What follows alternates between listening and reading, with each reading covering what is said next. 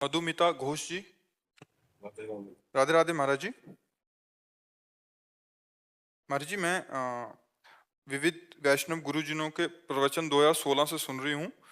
Last 3 साल से आपका सत्संग सुन रही हूँ। मेरे हस्बैंड काठिया बाबा पानीघाट वाले महाराज जी से दीक्षित हैं। महाराज जी, मेरा एक प्रश्न है। आप कह रहे हैं कि इनको बहुत डर लगता है दर्द से। ये कह रहे हैं कि जब इनको मतलब मरते समय जो पेन होगा, उस पेन से कैसे बाहर आ सकते हैं, उस डर से अभी से डर जो लगता है। निरंतर भगवान के नाम का जप करता रहता है, अंतिम समय उसके ऐसे शरीर छूटता है जैसे महामत वाले गजराज के गले से मालती की या मल्ली की या रायवेल की छोटी छोटी जो ना वो माला टूट के गिर जाए तो उसको पता भी नहीं चलता। ऐसे जो जन्मत मरत दुशाह दुख होई, वो उसको नहीं व्यापता जो निरंतर भजन करता है। भजन कीजिए, समस्त भयों से मुक्त। किसका प्रश्न है? भजन कीजिए, भजन से सब डर खत्म हो जाता है। मरने से सब जग डरा मेरो मन आनंद, कब मरी हो कब भेटी हो पूरन परमानंद। मृत्यु से डर लगना, चलो अच्छा तभी होगा जब डर कर भगवान की शरण में चला जाए और नाम जप करने नहीं तो वो तो दुख भोगना ही पड़ेगा। डरने से थोड़ी कुछ होगा, तो भोगना ही पड़ेगा। अगर डर कर जो सभीत आवा सरनाई, रखियो ताई प्राण की नाई। भगवान कहते हैं, यदि संसार के डर से डर कर कोई मेरी शरण में आ जाए तो मैं उसे प्राणों की तरह प्यार करूंगा। तो नाम जप कीजिए, भगवान कृपा करेंगे। अंतिम समय में भगवान की स्मृति ऐसी चलेगी कि कब शरीर छूट गया पता ही नहीं चलेगा। जो बड़ा दुख होता है ना, वो भक्त को नहीं होता। जन्मत मरत दुषा दुख जो हुई, वो भक्त को नहीं व्यापता जो निरंतर नाम जप करता। नाम का बड़ा प्रभाव है। नाम के प्रभाव से भारी दुख को आराम से सहा जा सकता है। तो हर कष्ट को सहने की सामर्थ्य भगवान के नाम जापक में आ जाती। भगवान की शरण में होकर नाम जप करो, वो निर्भय कर देंगे। जो सभीत आवा सरनाई, रखियो ताई प्राण की नाई। दूसरा उपाय नहीं हो तो भोगना ही पड़ेगा। माँ के गर्भ में जो दुख भोगना पड़ता है उससे कई गुना दुख होता है जब शरीर छूटता है। भयानक पीड़ा होती है, असहनीय। वो तो वही जानता है जिसका शरीर छूटता है। तो उस समय के लिए भजन किया जा रहा है कि भगवान हमारा मंगल कर दें, हम भगवान को प्राप्त हो जाएं, बार बार जन्म मरण के चक्र में ना आना पड़े। इसीलिए नाम जप करके वो हर कष्ट सहते हैं, अपने नाम जप का प्रयोग नहीं करते। जैसे बड़े बड़े संत महात्माओं को देखो, बड़ा कष्ट रहता है और भजन करते हैं, तो वो दूसरों के कष्ट हटा सकते हैं, लेकिन अपने कष्ट क्यों नहीं हटाते?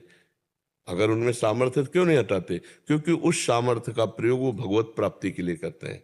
स्वयं कष्ट सह लेते हैं और भगवान को प्राप्त हो जाते हैं, जन्म मरण के चक्र से मुक्त हो जाते हैं। इसलिए खूब नाम जप करो।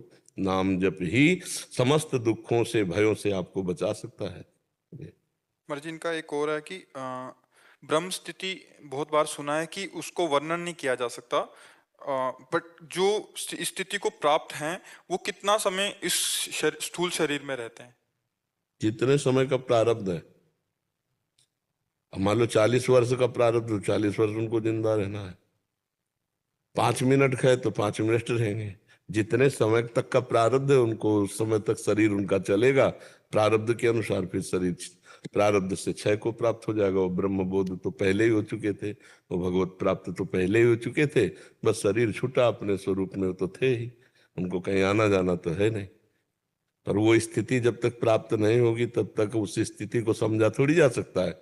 नाम जप करो, नाम जप। कलयुग है, इसमें कलयुग केवल नाम आधारा, सुमिर सुमिर नर उतर ही पारा। खूब नाम जप करो, युग धर्म के अनुसार भजन करो, बड़ी जल्दी लाभ प्राप्त होता है। खूब नाम जप करो। मीनू जी, मुरादाबाद से। श्री हरिवंश महाराज जी, आपके चरणों में कोटि कोटि प्रणाम।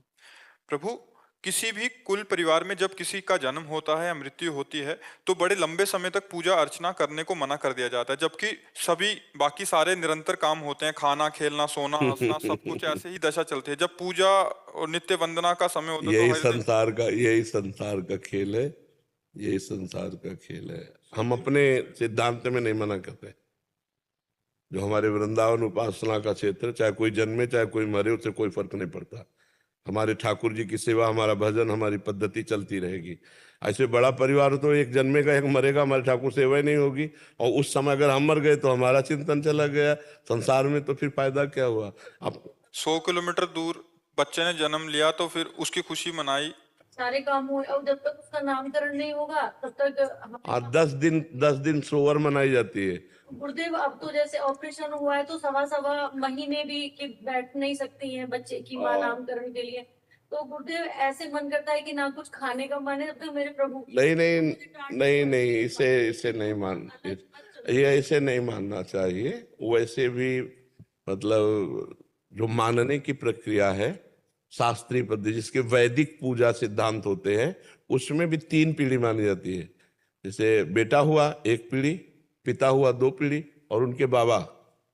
अगर उसमें से कोई जाता है तो फिर वो 10-12 दिन, वो भी वैदिक सिद्धांत की पूजा, अपने यहाँ अपने यहाँ नहीं, ऐसा अपने प्रेम की उपासना है। जैसे हम अपने बच्चे को बिना पवाए नहीं रह सकती, ऐसे हम अपने प्रभु को भोग लगाए नहीं रह सकते, कोई मरे या जिए।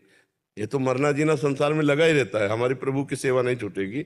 वैदिक सिद्धांत में ऐसा है कि 13 तक मरने पर न सेवा करे, और 10 दिन सोवर के होते हैं, इसलिए उसमें निषेध किया गया अपवित्रता वैदिक सिद्धांत में। लेकिन भागवतिक जो हमारा प्रेम मार्ग है, हमारे प्रेम मार्ग में यह है कि हम दूसरे की 13 का भोग नहीं लगाएंगे। जैसे मान लो आसपास पड़ोस में मोहल्ले में 13 का उत्सव, हम भोग नहीं लगे, लेकिन अपने घर में भोजन बना के हम ठाकुर को पवाएंगे। बिना ठाकुर को पवाए हम नहीं रह सकते। अगर ठाकुर नहीं पाएंगे तो हम नहीं पाएंगे, तो फिर हमको पाना है तो ठाकुर जी को पाना है, क्योंकि बिना ठाकुर को भोग लगाए पा नहीं सकते। तो हमारे यहाँ सिद्धांत में ये बात नहीं मानी गई है। गुरुदेव भगवान, मैंने परिवार में ये बात बोली थी तो मुझे बहुत डांट पड़ी, तो मैंने कहा मैं तो अपने गुरुदेव भगवान। नहीं, परिवार के क्या होता है कि एक मानसिकताएं बन चुकी है, हमारा प्रेम का मार्ग है। जैसे कर्मा भाई सुबह 3 बजे खिचड़ी लगाती थी और भगवान आके गोद में पाते थे। भगवान प्रेम के भूखे हैं। जो नेम प्रेम न प्रकाशित कर सके वो नेम किस काम का? सो सब धर्म करम जरि जाऊ, जहां न राम पद पंकज भाऊ। ठाकुर का भोग नहीं लगेगा तो हम भी नहीं पाएंगे। ठाकुर अगर पानी नहीं पिएंगे तो हम पानी नहीं पिएंगे, तब तो उपासना बनती है जाके। पर गृहस्थों में जब तक शुद्ध सत्संग नहीं मिलेगा तब तक ये भावनाएं तो बहुत बहुत विचित्र बनी हुई है, भावनाएं बहुत विचित्र बनी हुई। अब 500 आदमी का परिवार है, उनमें कोई एक ढंगा, कोई एक जन्मा, तो ठाकुर सेवा ही बंद है, आराधना ही नहीं हो सकती भगवान की। तो ऐसा ऐसे ऐसे ऐसे भावनाओं का पोषण नहीं किया। सब व्यवहार होगा, भगवान का भजन नहीं होगा, बस भगवान तो बड़ा विचित्र संसार का। इतना अंदर से पीड़ा होती थी, बहुत गुरुदेव इतना रोती थी कि ये क्यों करते हैं सब लोग। हाँ, ऐसा प्राय पूरे विश्व में, मतलब जो अपने इस धर्म को मानने वाले हैं तो वैदिक सिद्धांतों में पुरानी चली आई रीति उसी के अनुसार करते हैं, पर उसको समझ नहीं समझते, उसको सुलझ नहीं सकते। अगर सुलझ जाए, समझ जाए तो बहुत मंगल में भगवान की आराधना है। प्रायः सबके घर में भगवान होंगे, भगवान तो प्रायः सबके अपने सनात। अब भगवान को 10 दिन तुम भोजन नहीं पवाओगे यार, कैसे आराधना, कैसे क्या? अभी तक भगवान मानते रहे, अब उनको भगवान नहीं मानोगे 10 दिन उनको भूख नहीं लगेगी, 10 दिन उनको प्यास नहीं लगेगी, तो हमारी तो समझ में नहीं आता कौन सी उपासना चल रही है। भाव ये है कि हम बाहरी सोवर सूदक के भोग नहीं लगाएंगे अपने प्रभु को, लेकिन अपने घर की रसोई पवित्र करके रोज हम सुबह शाम भोग लगाएंगे अपने ठाकुर को। हम रोज, हमारे घर में सोवर सूदक हो जाए तो हमारे बच्चे हैं ना, उनको हम पड़ोसी को तो नहीं दे देते ना, हमारे घर में पाते हैं ना। तो ऐसे हमारे बच्चे हैं गोपाल जी, हमारे प्रिया प्रीतम बच्चे हैं। अगर हम उनको नहीं पवाएंगे तो नहीं पाएंगे, उनको नहीं सुलाएंगे तो नहीं सोएंगे वो। तो हम उनको सुलाएंगे, उनको नहलाएंगे, उनको पवाएंगे, ऐसे भाव करेंगे। हाँ, पड़ोस में अगर जैसे किसी के 13 का उत्सव, तो उसका भोग हम अपने ठाकुर को नहीं लगाएंगे, अपने घर में बना करके लगवाएंगे। बात समझ रहे हो ना? पवित्र भोज भोज। अब जो घर परिवार में पुरानी बहुत सी ऐसी रीतियां चली आ रही हैं कि जिनके आगे मतलब सबको नतमस्तक होना पड़ता है। पुरानी रीतियां गांव घरों में ऐसी चली आ रही कि वो नहीं समझना चाहते, क्योंकि इतना विकास ज्ञान का नहीं हुआ है, वो नहीं समझना चाहते। वो खुद मनमानी सब खाएंगे, पिएंगे, हंसेंगे, खेलेंगे, कूदेंगे, भगवान की बात को मना कर देंगे। पाठ नहीं होगा, सेवा नहीं होगी, पर्दा लग जाएगा, या किसी पड़ोसी को ठाकुर जी दे देंगे। भला अपने बच्चे को पड़ोसी कैसे पालन करेगा? हमारा बच्चा है, हम जैसे प्यार से उसे दुलार करेंगे, पड़ोसी थोड़ी करेगा। ऐसे हम ठाकुर को जैसा, आप मान लो गोपाल जी को जिस भाव से देख रहे हैं, दुलार कर रहे हैं, दूसरा थोड़ी देखेगा। आपका प्यार, आपका दुलार ठाकुर जी के प्रति जो, वही तो भोग पाते हैं। वैसे तो विश्व को पवाने वाले हैं, उनको क्या पाने की जरूरत है? पर जब आपने भाव किया कि मेरे गोपाल जी, तो उनको भूख लग आई, उनको प्यास लग आई। अब मेरे गोपाल जी को भूख लगी और उनको हम पवाए ना, उनको हम बंद कर दे अलमारी में, या पड़ोसी को दे दे हम बढ़िया पावे, तो ऐसा गले के नीचे तो प्रेमी के जाएगा नहीं, भगत के नीचे, गले के नीचे ले जाएगा। अभक्त है वो बात अलग है, प्रेमी जन तो खा ही नहीं सकते। मेरे प्रभु को भोग नहीं लगा तो मैं कैसे पा सकता हूँ जी।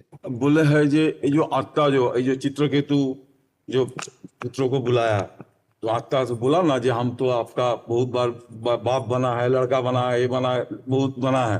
तो हम लोग जो ये जो मोहल्ला के टाइम जो हम जो तर्पण करते हैं, बोलता है कि हम अपना पितरों को देते हैं, वो हम तो किसको देते हैं बाप? आर्यमा, भगवान का एक आर्यमा नाम पितर है। तो जब हम किसी भी पितर को देते हैं तो भगवान को प्राप्त होता है।